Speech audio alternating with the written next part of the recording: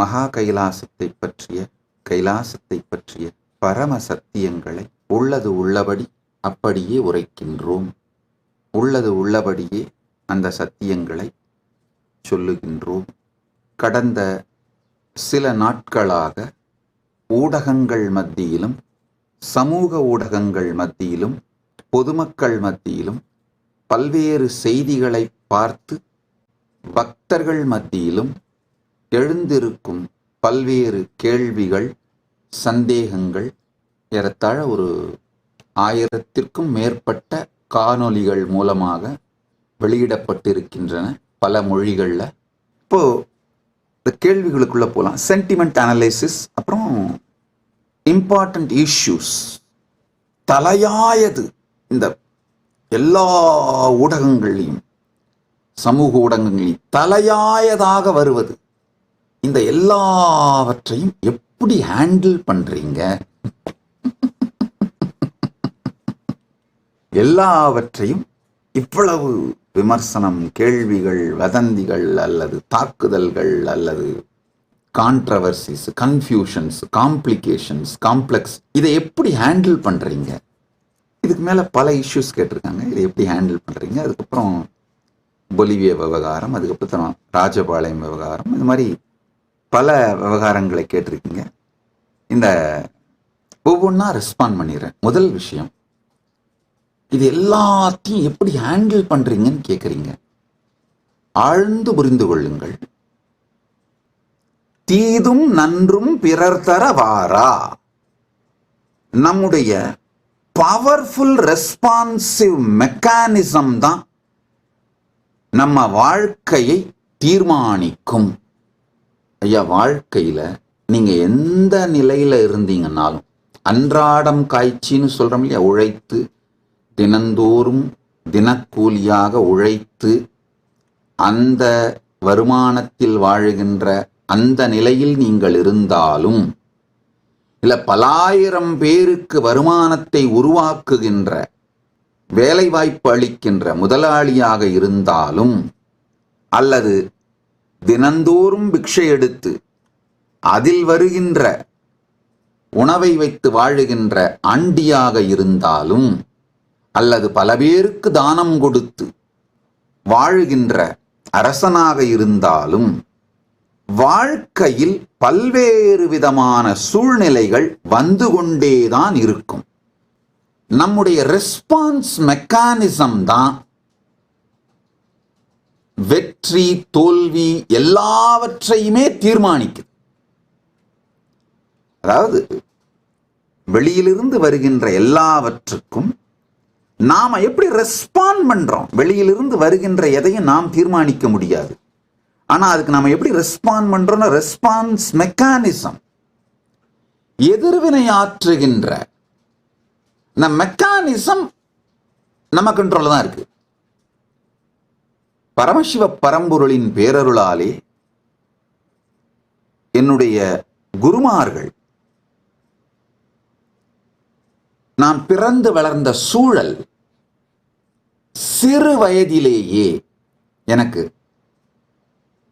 Powerful response மெக்கானிசத்தை develop பண்ணி கொடுத்துட்டாங்க. நல்லா ஆழ்ந்து கேளுங்க. பிறந்து வளர்ந்த சூழல், என்னுடைய குருமார்கள், என்னுடைய குடும்பத்தின் சூழல், என்னுடைய முன்னோர்கள் மற்றும் என்னுடைய குருமார்கள், இவங்க எல்லாம் ஒரு பவர்ஃபுல்லான ரெஸ்பான்ஸ் மெக்கானிசத்தை சின்ன வயசுலயே எனக்கு பில்ட் பண்ணி வச்சுட்டாங்க.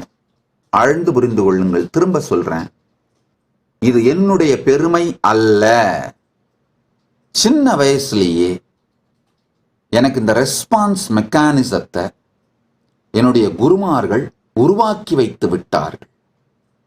நாம் ஆர்க்குங்குடியல்லோம் நமனையஞ்சோம் நரகத்தில் இடர்படும் நடலையில்லோம் ஏமாப்போம் விணியறியோம் வணிவோமல்லோம் இன்பமே என்னாலும் துன்பமில்லை தாம் ஆர்க்கும் குடியல்லா தன்மையான சங்கரணர் சங்கவென் குழையோர் காதில் கோமார்க்கே நாம் என்றும் மீளா ஆளாய் கொய்மலர் சேவடியினையே குறுகினோமே.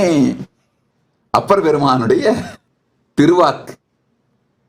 கருவழி பரம்பரையாலே அப்பர் பெருமானுடைய குலத்தில் பிறந்ததனால், அவருடைய ஞானத்தை உயிரோடு வைத்திருந்த குடும்பத்தில் பிறந்ததனால், என்னுடைய முன்னோர்கள் பவர்ஃபுல்லான ரெஸ்பான்ஸ் மெக்கானிசத்தை சின்ன வயசுல எனக்கு பில்ட் பண்ணி கொடுத்துட்டாங்க. நாம் ஆர்க்குங்குடியல்லோம், நமனை அஞ்சோம், நரகத்தில் இடர்படோம், நடலையில்லோம், ஏமாப்போம், விணியறியோம், வணிவோமல்லோம், இன்பமே எந்நாளும் துன்பமில்லை.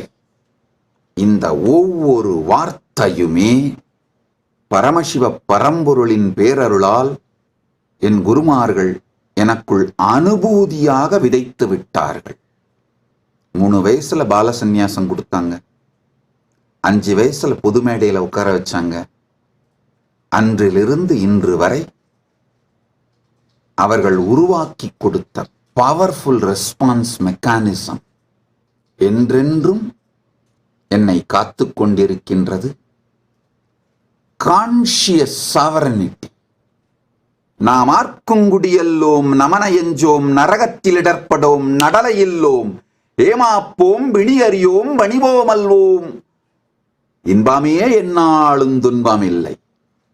என்னை வாழற வரைக்கும் ஜீவன் முக்தி, வாழ்ந்த பிறகு பரமுக்தி. வாழற வரைக்கும் தலைவன், வாழ்ந்த பிறகு பரம்பொருளோடு கலந்து இறைவன். இழப்பதற்கு ஒன்றும் இல்லை. இருக்கும் வரை பரம்பொருளின் இருப்பில் இருந்து, பரம சத்தியத்தில் நிலையிருந்து, பரமசிவத்துவத்தை வாழ்வதுதான் வாழ்க்கையின் குறிக்கோள், அதுதான் வாழ்க்கையின் அனுபூதியாக சிறு வயதிலேயே எனக்குள்ள அளித்து த பவர்ஃபுல்லான கான்ஷியஸ் ரெஸ்பான்ஸ் மெக்கானிசத்தை உருவாக்கி கொடுத்துட்டாங்கய்யா. If you found this video entertaining, entraining and enlightening, take a moment to like, share and subscribe. and don't forget to hit the bell icon. Thank you so much for tuning in.